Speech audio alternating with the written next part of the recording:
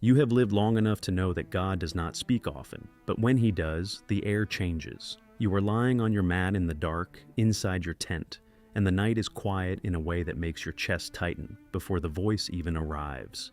Sarah breathes slowly beside you. The camp is still, and then he calls your name, Abraham. You have heard that voice before. You heard it in when everything you knew was behind you and the road ahead had no name. You heard it in the years of waiting, when the promise felt like something a man imagines to survive. You heard it the night he told you to count the stars, and you believed, and he counted that belief as righteousness. You know this voice the way you know your own heartbeat. There is no mistaking it, and so when he speaks the command, you do not doubt the source. You only go very still. He tells you to take your son, your only son, the one you love. He tells you to go to the region of Moriah. He tells you to offer him there as a burnt offering on one of the mountains he will show you. Isaac. The name lands in your chest like a stone dropped into deep water. You wait for more. There is no more. The presence does not linger to explain. It does not soften the edge of what was said. It simply withdraws, the way a flame pulled from a room leaves the dark darker than before. You lie still on your mat for a long time. Sarah does not stir. Outside, a dog barks once and goes quiet. You stare at the ceiling of the tent, and you do not pray for the command to change. You already know it will not change. What you carry now, in the space between his name and the morning, is something that has no word in any language. It is not despair. It is not confusion. It is the weight of a man who has decided to obey before he understands. Because he has walked with God long enough to know that understanding sometimes comes after and sometimes never, and that God remains God either way. You think of the day Isaac was born, Sarah laughing, the sound of it filling the tent like something impossible made ordinary. You think of his first steps across the dirt, arms out for balance, face split open with effort and joy. You think of the years, the small years, the ordinary years that felt like gifts you had not earned. And then you stop thinking, because if you do not stop, you will not be able to rise in the morning, but you will rise. You already know you will rise. Dawn has not come yet. You are already awake, which means you never truly slept. You do not make noise. You do not light the large fire. You move through the tent in the gray hour before the household stirs, doing the things that must be done. And you do them the way a man moves through grief, which is carefully, one thing at a time, because to think of all of it at once is to be unable to move at all. You split wood. The sound of the axe is too loud in the silence, and you slow your strokes. You load the donkey. You count what is needed for a journey of 3 days. You do not take more than is needed.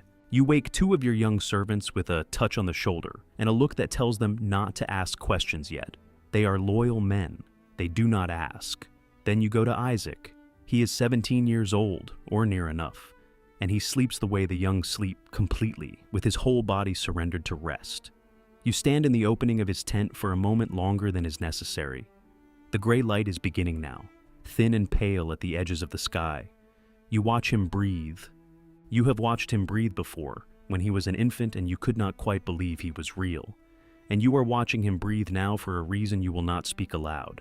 Then you wake him. His eyes open and find your face, and he smiles the way he always smiles, easy and immediate, without suspicion, the smile of a son who has never had reason to fear his father. Get up, you tell him. We are going to worship. He asks no questions. He trusts you.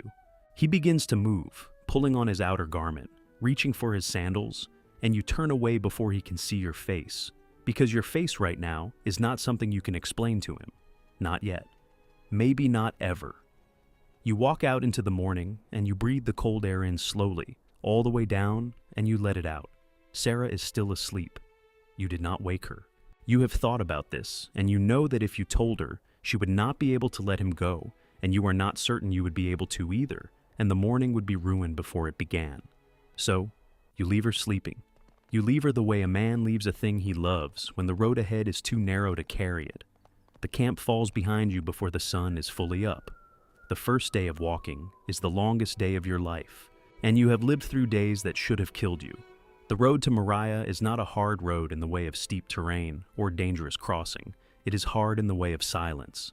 The servants walk ahead with the donkey. Isaac walks beside you. And you do not speak because there is nothing you can say that is true and also bearable. So you say nothing, and the boy beside you takes your silence as the silence of a man in prayer, which is not entirely wrong. The land moves past you the way land does when the body walks, but the mind is somewhere else entirely. Dry hills, scattered thorn trees, the occasional gray smudge of a distant village, dust rising in small clouds around the donkey's feet. You watch the horizon the way a man watches something he does not want to arrive. The mountain is 3 days ahead. You cannot see it yet, but you know it is there, the way you know all the things you cannot yet see but are already true. Isaac talks when the silence grows too long for him. He is like his mother in this, restless with quiet, filling it with questions and observations. He points out a hawk circling. He tells you something one of the servants said that made him laugh. He asks about the journey, whether they will camp near water. You answer him when you can, short answers, enough to satisfy without opening anything wider. He does not yet sense the distance in you, or perhaps he does sense it and attributes it to age, to the heaviness that comes upon old men sometimes for reasons the young do not fully understand. By midday the heat has settled, and you stop in the shade of a low cliff to eat and rest the donkey. Isaac sits close to you, leaning against the rock, and he falls asleep in minutes with his head tilted back and his mouth slightly open. And you watch him sleep for the second time in one day, and you think, this is the face of the promise. This face, with its fine jaw and its young beard still thin at the edges, is what God meant when he told you that in your offspring, all the nations of the earth would be blessed. You built altars to mark the moments when God spoke to you. You buried Sarah's laughter in the name of this boy, and now. You do not finish the thought. You stand up and wake the others. The second day is worse than the first, which you did not think was possible. The first day you were still in the early part of the obedience, the part where the act is still ahead of you, and the gap between now and then is wide enough to breathe in. The second day, the gap has narrowed. The mountain is closer. You still cannot see it, but you can feel it the way you feel, whether before it arrives. The camp at the end of the second day is a small fire, a brief meal, the servants settling quickly into sleep. Isaac sits with you a little while, watching the fire, asking about the stars. He has always loved the stars, and you have always loved that he loves them, because of what the stars mean to you, what they cost you to believe. You sit with him, and you look up, and you let yourself have this, the last ordinary night. And you do not speak the things you are thinking, you only sit beside him, and breathe, and let the stars be what they are. When he sleeps, you do not. You pull your cloak tight, and you sit at the edge of the firelight, and you stare into the dark beyond it. The desert at night has sounds, distant and small, animals and wind, and beneath all of it, a kind of vast silence that makes a man feel very small and very alone. You have sat in this silence before. You have prayed in it before. Tonight you do not pray for rescue. You do not ask God to change the command. What you do, alone in the dark while your son sleeps behind you, is something harder and quieter. You remember every moment God has kept his word. The long count of faithful acts stretching back across your life like stones across a river. Each one solid, each one bearing weight. And somewhere in the dark, not in words, but in the weight of accumulated trust, you arrive at a place that is not peace exactly, but is the thing that exists just past despair when a man does not turn back. You do not know how he will do it, but you know, with a certainty that bypasses reason, that he will not let the promise die on that mountain. Isaac is the promise. The promise cannot end with Isaac's death. Therefore, something will happen that you cannot yet see. You do not know what it is, but you know it will come from him, because it always has. You finally sleep, briefly, just before dawn. When you open your eyes, the sky is that deep blue that precedes the light, and the mountain is visible on the horizon. You see it the moment you stand. It is not a large mountain. It is not dramatic from this distance. It is just a shape against the sky, dark and still, and it is where God told you to go. You wake the camp. The third day is the day everything becomes real. The first 2 days were a man walking. This day is a man arriving. You see the mountain ahead of you, and you know it is the place because you know it, the way you know the voice. Something in the center of you confirms it, without needing confirmation. You stop the group. You turn to the 2 servants and you tell them to stay here with the donkey. You tell them that you and the boy will go on ahead to worship and that you will come back. You hear yourself say, "We will come back." Both of us. You said it because you believe it, even though you cannot see how. The servants nod. They sit down in the shade of a tree. They have the look of men accustomed to waiting for their master. You turn to Isaac. You give him the bundle of wood to carry. He takes it without complaint, settling it across his shoulders, and something about the image of him carrying that wood up the mountain drives a splinter into your chest that you must ignore. You pick up the fire and the knife. The two of you begin to climb. The mountain is steep enough that the climb takes breath. The path is narrow and rocky, and the morning sun is already hot on your neck, and Isaac is ahead of you on the path, carrying the wood, and you watch his back as he climbs, the width of his young shoulders, the way he moves with his mother's sureness, and you put one foot in front of the other, and you do not stop. You are perhaps halfway up when he stops and turns to look at you. His face is open and puzzled in the way of someone who has just noticed something missing. "Father," he says, and something in his voice, the smallness of it, the complete trust in that single word, is almost more than you can carry. "Yes," you tell him. "My son." He looks at you, and he looks at the wood on his shoulders, and he says, "The fire and the wood are here. But where is the lamb for the burnt offering?" This is the question you have been waiting for and dreading for 3 days. And now it is here, standing between you and your son on the side of a mountain. And you look at his face, his open, trusting face, and you say the thing that is both completely true and completely beyond what you can explain. God himself will provide the lamb for the burnt offering. "My son." He looks at you for a moment. Something passes across his face, something older than his years, a flicker of understanding that goes deeper than reason. Then he nods, and the two of you go on together. That word "together" carries the full weight of what it means to walk toward an unknown provision side by side, father and son, trusting the same God. You reach the place. You know it when you reach it. There is a flat surface of rock surrounded by smaller stones, and you begin, without speaking, to build the altar. You lift the stones one at a time, and you set them in order, and Isaac helps you, and the two of you build the altar together in silence. And the silence between you now is not the silence of distance, but the silence of two people who are both inside something larger than either of them can name. You arrange the wood on the altar, then you turn to your son. This moment. There are no words sufficient for this moment. What passes between you in the seconds before he understands, and in the seconds after, is not recorded in detail because perhaps no text could hold it. What you know is this: he does not fight. He is a young man, strong enough to have resisted, and he does not resist.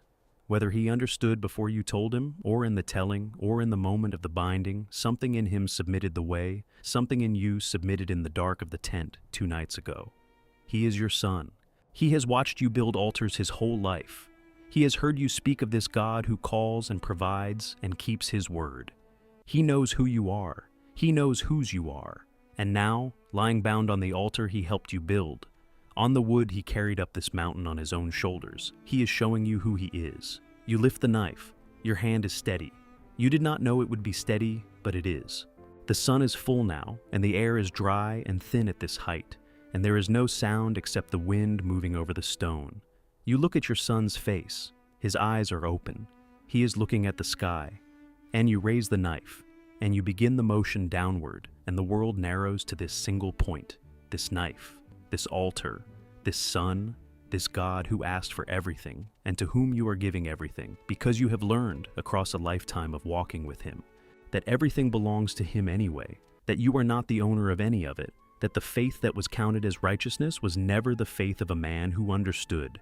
It was always the faith of a man who trusted without understanding. And that is what this is. This raised knife is not the end of trust. It is trust completed, trust pushed all the way to its edge and over. And then, Abraham, Abraham, the voice, again. Your name, twice, the way it is spoken when the matter is urgent and final. Your hand stops. Everything stops. You look up, and the angel of the Lord is speaking from above and telling you not to lay your hand on the boy. Do not do anything to him. And you are already lowering the knife. You are already stepping back, your whole body shaking now in a way you would not allow before. And the voice is saying that you have not withheld your son, your only son, and that now he knows. And the knowing is not information God knew before. The knowing is the completion of the act finished in the will before the outcome changed. You hear a sound behind you, a rustling in the brush. You turn, and there, caught in the thicket by its horns, is a ram. You stand and look at it for a long moment, a living animal where a moment ago there was nothing, provided, given. Placed in that exact thicket at that exact moment, before you were born, before Abraham was a name, before a word of this had been spoken, it was already there, already coming. You untie your son. You do not speak yet. You hold him, briefly, and he holds you, and in that held moment is everything that has passed between you on this mountain and everything that will never fully be spoken between you again, because some things are too large for language and can only be lived and carried. Then you go and you take the ram and you offer it in place of your son, and when the fire is done, you give the place a name. The Lord will provide. The Lord sees. The Lord is seen here. And the angel speaks again, and this time the voice is full of everything that was hanging over the last 3 days. The promise returning now, not diminished but multiplied. The blessing renewed and expanded. Your offspring as the stars of heaven, and as the sand on the shore. All the nations of the earth blessed through your offspring, because you obeyed my voice. You stand on the mountain for a long time after. Isaac stands beside you. Below, the servants wait by the donkey, unsuspecting. Turning to look uphill now, because you have been gone long enough. The sun is past its height. You will need to begin the descent soon. You look out across the country spread below you, the hills and the dust, and the thin distant line of the horizon. And you think about the night in the tent when you decided, in the dark, before the morning, before the knife, before the ram, to trust the voice you knew. You do not come down from this mountain the same man who climbed it. This is not a figure of speech. Something has been completed in you up here, something that was always moving toward this moment from the day you left Ur, with nothing but a voice and a direction. The fear of God. That is what the angel named it.